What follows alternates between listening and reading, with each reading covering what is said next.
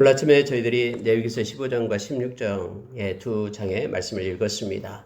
여러분, 레위기서 15장에서는 유출병이 있는 사람에 대한 정결 의식이 나와 있고요. 그리고 16장에서는 대속죄일이라고 이스라엘 그 달력으로 7월 10일 날 행해졌던 그런 속죄일 그런 의식에 대해서 성경은 기록해 주고 있습니다.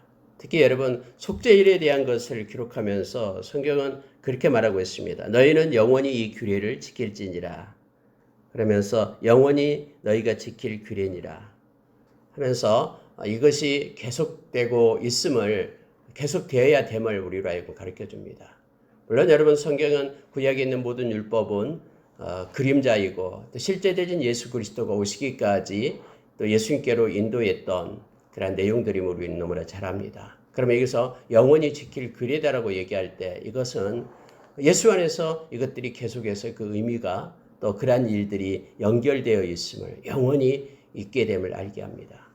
다시 말하면 속죄라는 것은요, 우리가 말하는 회개를 얘기하죠.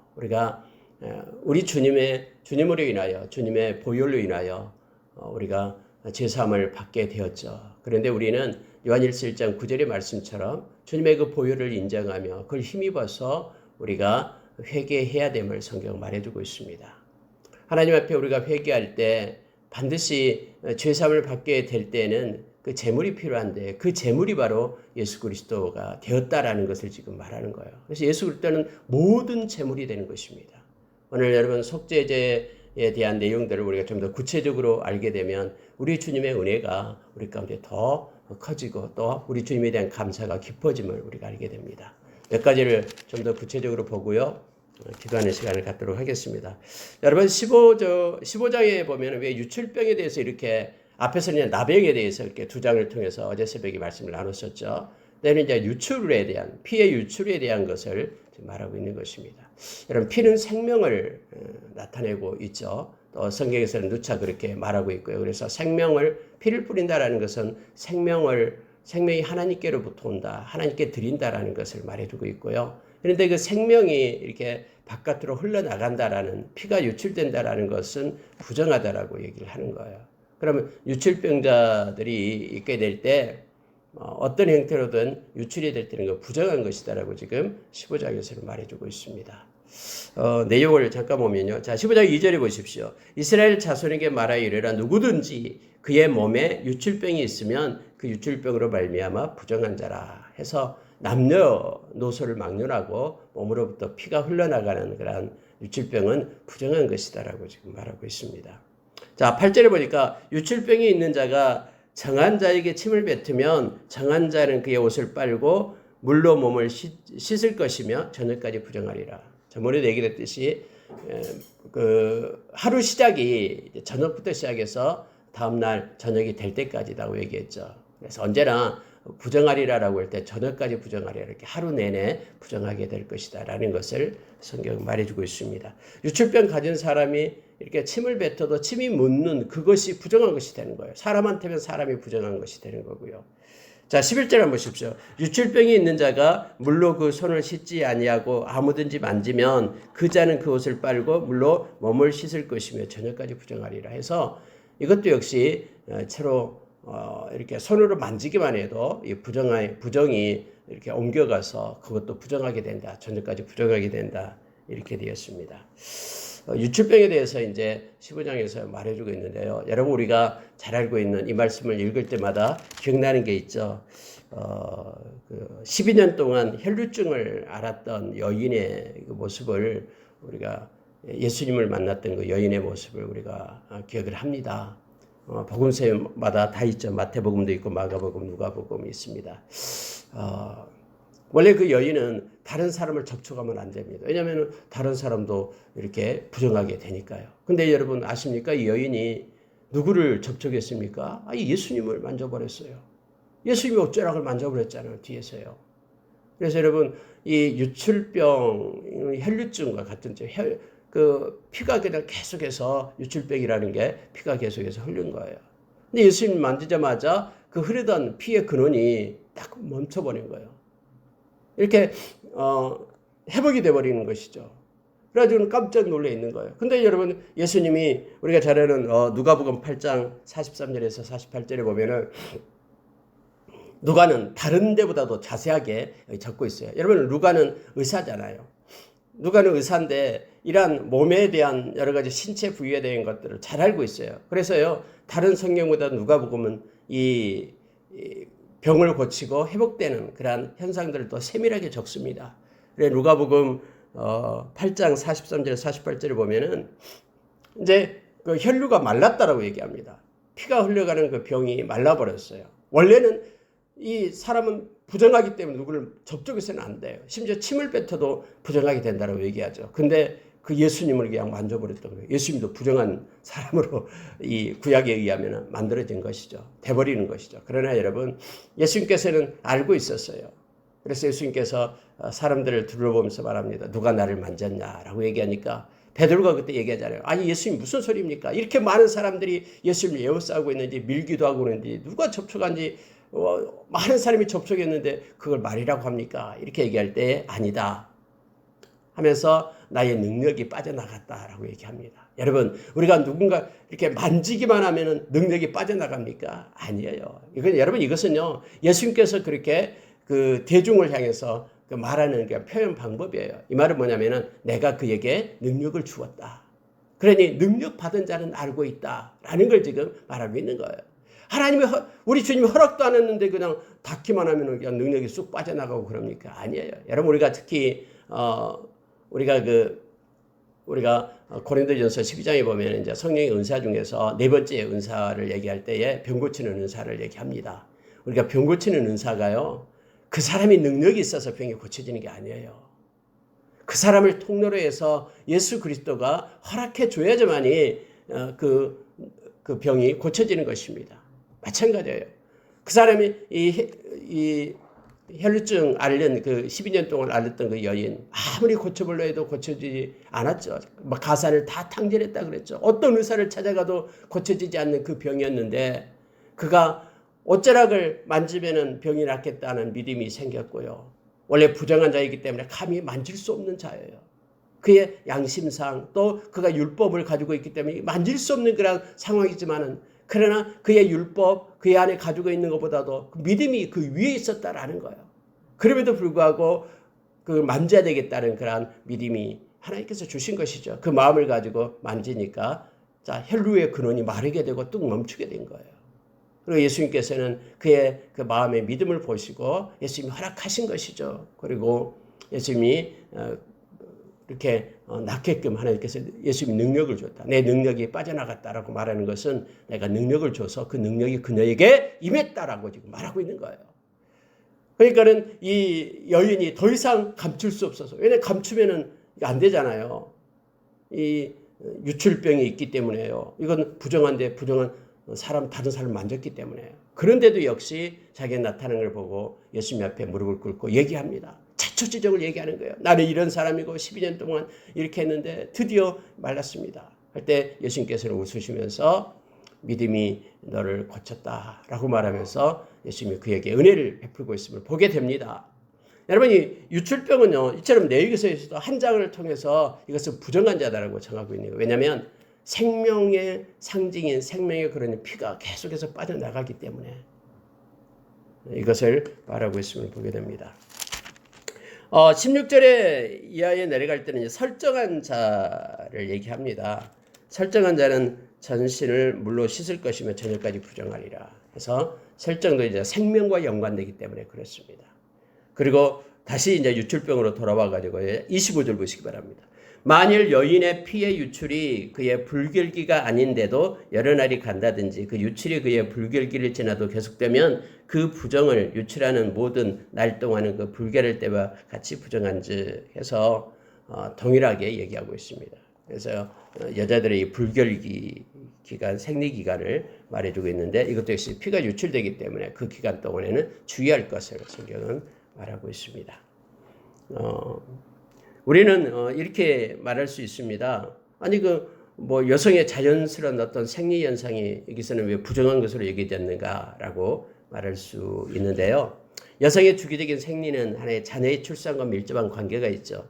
출산에 수반되는 고통스러움은 이미 여러분 성경에서 말했듯이 하와의 범죄의 결과로 주어진 것이라고 창세기 3장 16절에서 우리에게 말해주고 있죠. 그 죄의 결과로 해산의 고통이 주어지기 때문에 이것과 연관해서 이것을 부정한 것으로 지금 정하고 있는 것을 보게 됩니다. 계속해서 불결기가 아닌데도 여인이 피가 난다. 이것이 바로 유출병이에요. 유출병은 혈류증으로 봤습니다. 그래서 병적인 현상이기 때문에 이것도 부정한 것이다 라고 말하고 있는 것을 보게 됩니다. 근데 여러분요, 31절에 한번 보시기 바랍니다. 너희는 이와 같이 이스라엘 자손이 그들의 부정에서 떠나게 하여 그들 가운데에 있는 내 성막을 그들이 더럽히고 그들이 부정한 중에도 죽지 않도록 할지니라. 이 규례는 유출병이 있는 자와 철저함으로 부정하게 된 자와 불결기를 앓는 여인과 유출병이 있는 남자와 그리고 불결한 여인과 동침한 자에 대한 것이니라 라고 말하면서요. 그 유출병이 하나의 그 부정한 것으로 혈류증도 부정한 것으로 그렇게 간주되었음을 보게 됩니다. 아까도 얘기했듯이 이 성경에서는 하나의 피는 생명을 상징하고 있기 때문에 피가 유출된다라는 것은 곧 어떤 죽음, 생명이 나가기 때문에 어떤 저주 이것과 서로 그렇게 간주되는 질병으로 여겼습니다. 그래서 그것이 부정한 것으로 여겨졌다라고 우리가 보면 됩니다. 그래서 여러분 그 옛날에 제가 어렸을 때는 그랬습니다.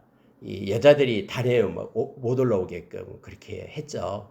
혹시 여러분 그런 기억이 있는지 모르겠습니다만 그것이 바로 이것과 연관돼서 그런 것입니다. 근데 요즘은 이제 물론 여러분 이것은 그 율법이잖아요. 율법은 이미 예수 안에서 완성되고 이루어졌습니다.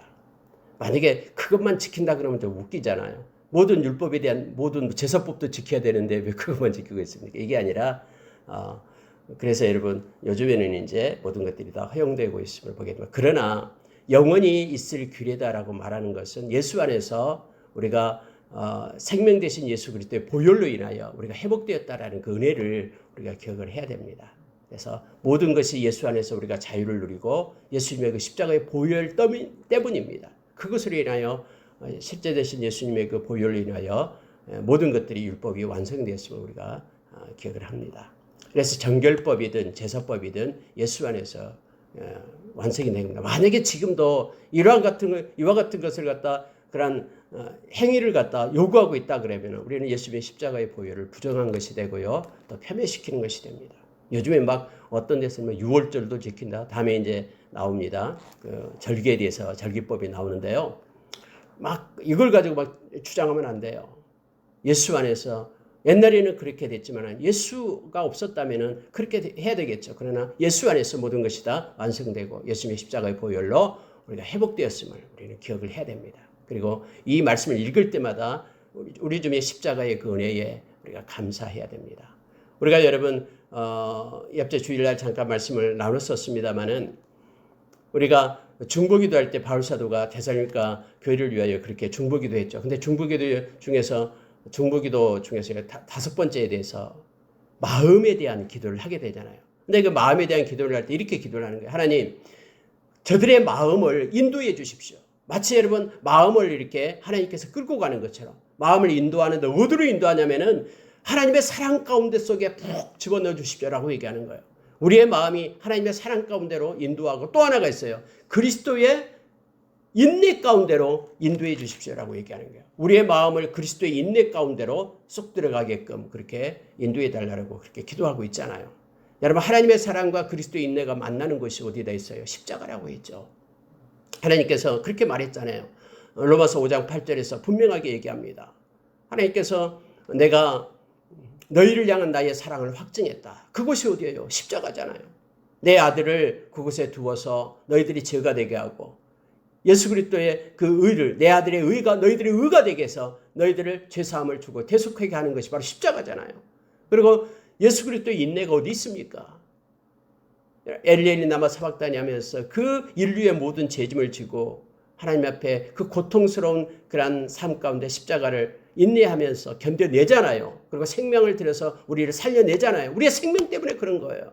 예수님의 피를 다 쏟고 그 약속의 피, 제사함의 피를 썼잖아요. 그러니까 그리스도의 인내가 있는 것이 바로 어디냐면은 바로 십자가인 거예요. 그러면 여러분 바울 사도가 하나님의 사랑과 그리스도의 인내 가운데로 마음을 인도해 주십시오라는 것은 하나님이 저들에게 십자가의 은혜 속에 있게 해주십시오. 십자가 속에 있게 해주시고 저들의 마음 가운데 십자가를 새겨 주십시오. 예수님의 그 십자가의 보혈로 저들을 덮어주십시오. 이 내용이에요. 우리의 마음이 늘 그래서 십자가 가운데 있게 되면은 우리가 이 세상에서 승리할 수가 있어요. 왜냐하면 유다서 1장 20절 21절에서 그렇게 말하죠. 하나님의 사랑이 우리를 세상으로부터 우리를 지켜낸다라고 말합니다. 그 십자가로 이기는 거예요. 갈라디아서 3장 1절에서 누가 너희를 꾀더냐. 십자가에 못 박힌 예수가 너희 눈앞에 밝히 보이거늘 누가 너희를 꾀더냐 하면서 십자가가 있으면은 어떤 세상의 유혹에도 우리가 승리할 수 있다라고 성경이 말해주고 있습니다. 예수님의 그 십자가의 보혈이 히브리서 9장 14절에서 우리의 양심을 깨끗게 하고 하나님을 잘 섬길 수 있는 자로 우리를 세워주신다라고 성경이 말해주고 있죠. 그래서 여러분 우리의 마음이 십자가에 있게끔 그렇게 인도해 달라고 중보기도 하라라고 성경 우리에게 요청을 해주고 있습니다. 여기에 나와 있는 이러한 모든 것들 우리가 율법을 합니다. 율법을 지금 공부합니다만은 이 모든 것들이 예수 안에서 우리가 완성되고 그래서 예수 그리스도의 십자가의 은혜에 더 깊이 들어가는 하나의 초등교사 역할을 하고 있는 것입니다. 자, 여러분 16장으로 가겠습니다. 속죄일에 대한 내용인데요. 자, 16절 2절로 한번 보십시오. 여호와께서 모세에게 이르시되 내 형 아론에게 이르라 성소의 휘장 안 법궤 위 속죄소 앞에 아무 때나 들어오지 말라. 그리하여 죽지 않도록 하라. 이는 내가 구름 가운데서 속죄소 위에 나타남이니라. 여러분 그때 당시 구름 기둥과 불 기둥으로 인도하신 분이 하나님이셨죠. 근데 하나님께서 임재가 이 속죄소에 이 법궤 속죄소에 있다라고 얘기합니다. 다시 말하면 지성소를 얘기하는 거예요. 그러면서 하나님이 딱 정했어요. 이 지성소에는 아무 때나 들어와서는 안 된다. 해서 1년에 한 번씩만 들어오게끔 했습니다. 그게 바로 속죄일이에요. 속죄일은 그래서 7월 10일로 정했습니다. 근데 여러분 이스라엘 달력으로 7월 10일이에요. 그러면 우리 달력으로 말하면 정월달이에요. 1월달을 얘기합니다. 1월달이에요. 1월달에 한 번씩 우리가 뭐 새해가 돼가지고 인사가고 하듯이 하나님 앞에 한 번 들어오게끔 그렇게 했습니다. 근데 여러분 우리가 잘 아는 히브리서 10장 19절 20절에 보면은 예수님께서 하나님께로 이르는 살 길을 내었다라고 얘기했습니다. 자기의 육체를 쪼개서요. 십자가의 그 은혜로 십자가로 통해서 이 속죄소로 들어가는 길을 예수님께서 내버린 거예요. 그래서 우리는 언제나 이 속죄소로 들어갈 수 있어요. 그래서 하나님의 임재 가운데 우리가 들어갈 수 있습니다. 우리 주님이 그렇게 말했거든요. 그리고 우리 주님이 십자가에 못 박힌 날요. 이 휘장이 찢어졌어요. 반으로요. 그래가지고 속죄소로 이르는 살 길을 낸 거예요. 우리는 예수님의 보혈을 힘입고요. 뭐 지금 그 구약에서는 대제사장이 1년에 한 번씩 그런 지성소 앞에 나가지만 우리는 그게 아니에요. 우리는 어느 때나 예수님의 보혈을 힘입고요. 하나님의 보좌에 나가요. 이게 히브리서 4장 16절이에요. 긍휼을 베푸는 하나님의 보좌. 때를 따라 은혜를 주시는 그 은혜의 보좌에 예수님의 보혈을 힘입고 나가는 거예요. 예수님의 보혈은 바로 우리가 의로운 자로 깨끗한 자로 돼가지고 하나님 앞에 나가는 거죠. 우리 기도로 그렇게 나가는 거예요. 그래서 우리가 하나님의 보좌 앞에 나가 깊은 기도 가운데 은혜의 그런 깊은 곳까지 우리가 예수님의 보혈을 힘입고 나가기를 원합니다.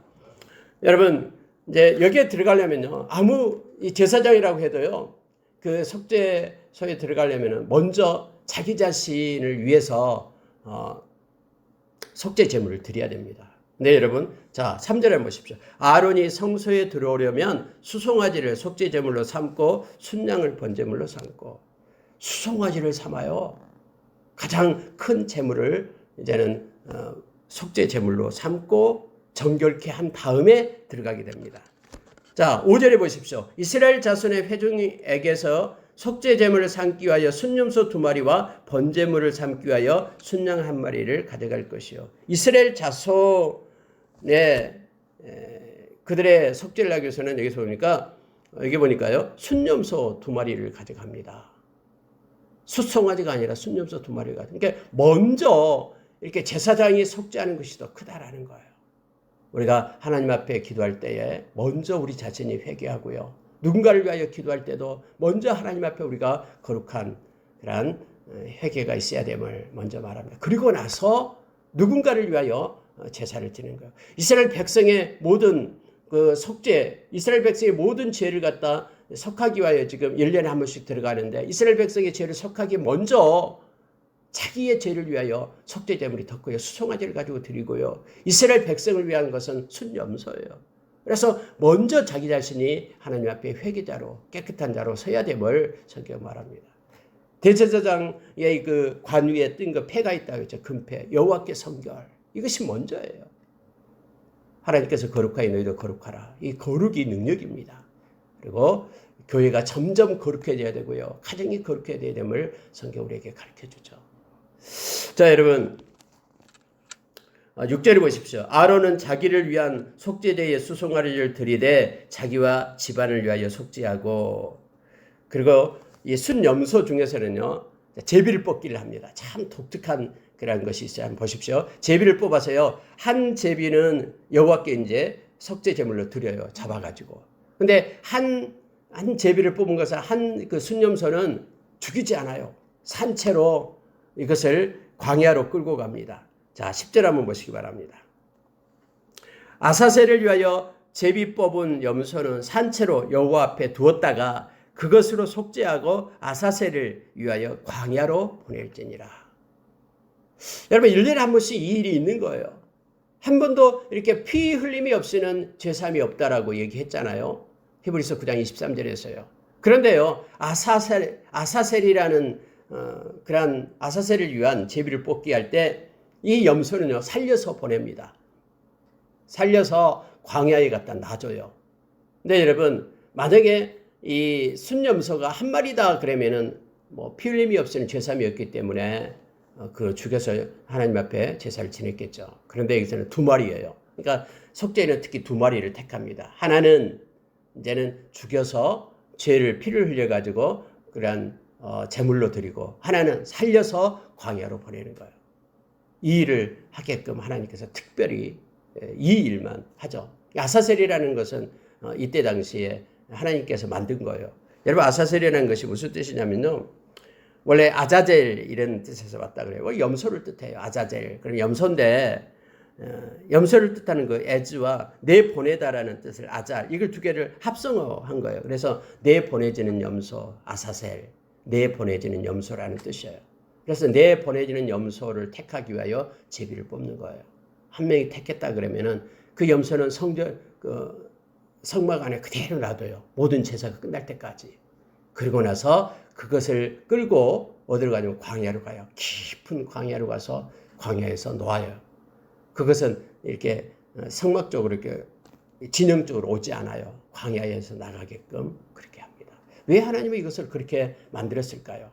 여러분 이것은요, 그 백성들로 하여금 분명하게 알게 하기 위하여. 우리가 그 피를 이렇게 흘려가지고 피를 이렇게 뿌리면서 너희들이 죄가 사해졌다 그러면 잘 모르잖아요. 그것만 가지고 어떻게 피를 뿌렸는데 우리 죄가 사해지지? 그런 마음이 들 수도 있겠죠. 근데요, 이 모든 세상의 사람의 그런 죄, 모든 세상 죄를 짊어지고 광야로부터 멀리 광야로 떠나버리는, 멀리 광야로 떠나버리는 것을 시청각 교육으로 백성들한테 그것을 보이게 하는 거예요. 아, 진짜로 내 죄를 모두가 다 이렇게 안수를 하거든요. 그래서 죄가 다 그곳에 이 순념소에게 전가돼가지고 자기들이 보는 눈으로 그걸 끌고 가는 거예요. 광야로. 그래. 광야 저 멀리 사라지는 것을 보게끔 하는 거예요. 그러면은 이것을 보고 있을 때 나의 죄를 위하여 순념소가 한 마리가 죽어서 그 피로 내 죄가 사해지고 나의 모든 죄는 다 이 순념소가 짊어지고 광야로 멀리 떠났다라는 것을 그들로 하여금 깨닫게 하기 위하여, 그들을 위해서 지금 하나님께서 그렇게 말하고 있는 거예요. 여러분 우리가 뭐 말로만 하는데, 사람들이 그렇게 말하죠. 뭐 말로만 하는데 무슨 죄가 회개되고 그럴까? 아니에요. 우리는 말씀에 의지해서 그렇게 하는 거예요. 우리가 진심으로 우리의 중심을 가지고 회개하면은요, 마치 이 아사셀이 우리의 제 짐을 가지고 빨리 동에서 서가 먼 것처럼 그렇게 멀리 가지고 간 것처럼 우리의 죄가 그렇게 사해졌다라는 것을 이걸 읽으면서 우리가 느끼게 되는 거예요. 예수님의 보혈로 인하여 우리의 죄는 사함을 받았습니다. 우리는 이걸 믿는 거예요. 그래서 십자가를 믿는 것이, 그 은혜를 믿는 것이 믿음이죠. 만약에 믿는다고 하면서 십자가가 나와 상관이 없다 그러면 그 사람은 잘못된 믿음이에요. 그리고 그 믿음이 구원하지 못합니다. 십자가가 나를 위한 십자가라고 믿는 것이 믿음임을 성경은 가르쳐 줍니다. 자, 16절 한번 보시기 바랍니다. 곧 이스라엘 자손의 부정과 그들의 범한 모든 죄로 말미암아 지성소를 위하여 속죄하고 또 그들의 부정한 중에 있는 해막을 위하여 그같이 할 것이요 그가 지성소에 속죄하러 들어가서 자기와 그의 집안과 이스라엘 온 회중을 위하여 속죄하고 나오기까지는 누구든지 회막에 있지 못할 것이며. 여러분, 회막에요, 대제사장이 나올 때까지는 아무도 들어갈 수가 없어요. 왠지 아십니까?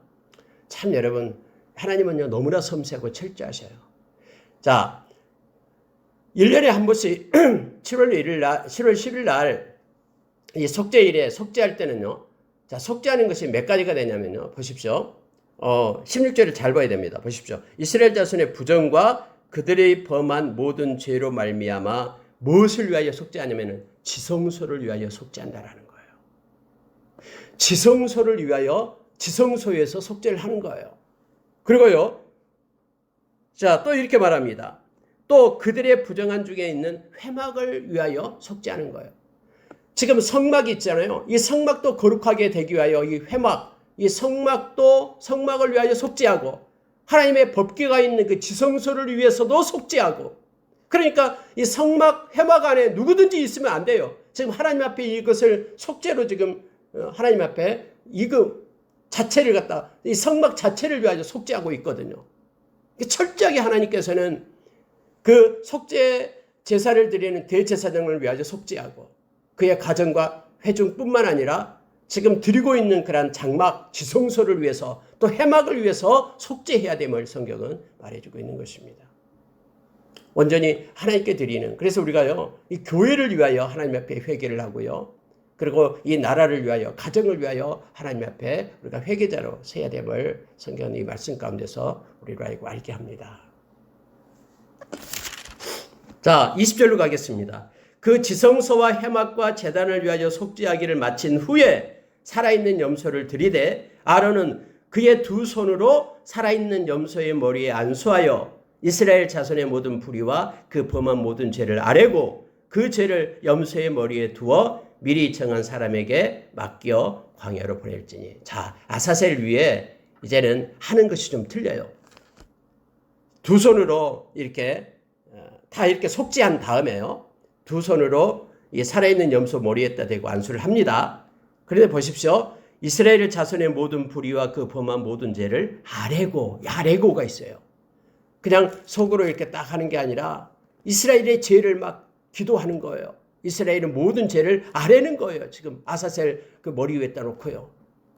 성경이 그렇게 되니까 사람들이 이걸 알고 있어요. 자, 이스라엘 자손의 모든 불의와 그 범한 모든 죄를 아뢰입니다. 그리고 그 죄를 염소의 머리에 두어 이렇게 돼 있죠. 안수해서 머리에 죄를 전가시키는 거예요. 미리 정한 사람에게 맡겨 광야로 보내게끔 합니다. 그래서 사람들이 그 염소를 끌고 가는 걸 다 보게 하는 거예요. 그럴 때 사람들은 생각을 합니다. 내 죄가 지금 염소에게 다 지금 전가됐다. 이걸 눈으로 봐요. 그래서 사람이 끌고 가서 저 멀리 광야에서 놓아서 나가게끔 함으로 인하여 이제 내 죄가 완전히 떠났다. 이 염소가 내 죄를 다 짊어지고 떠났다라는 것을 보게끔 그렇게 했다. 이게 아사셀이라는 그런 제도입니다. 여러분, 마치 예수님께서 우리의 죄를 짊어지고 떠나는 모습을 우리가 이 말씀을 읽고 있는데 보게 되는 거죠. 예수님 이것 때문에 오셨거든요. 마가복음 10장 45절에서 나는 섬김을 받으러 온 것이 아니다. 섬기려 왔다. 나의 생명을 대속물로 주기 위하여 왔다라고 말합니다. 그래, 우리의 모든 죄를 예수님께서 가지고 가는 거예요.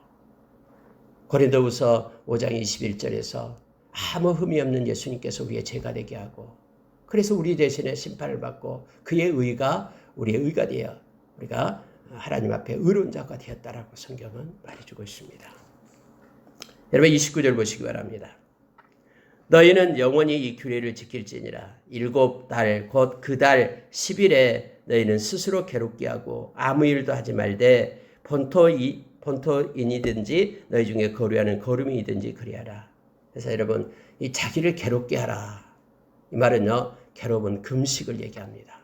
그래서 이스라엘 백성은 1년에 한 번씩을 꼭 금식해야 되는데 이게 바로 속죄일이에요. 왜냐하면 나의 죄 때문에 슬퍼하면서 자기의 육체의 정욕을 억제하는 절제하는 그런 날로 이날에는 금식하게끔 그렇게 했습니다. 자 34절 보고 마치겠습니다. 이는 너희가 영원히 지킬 규례라.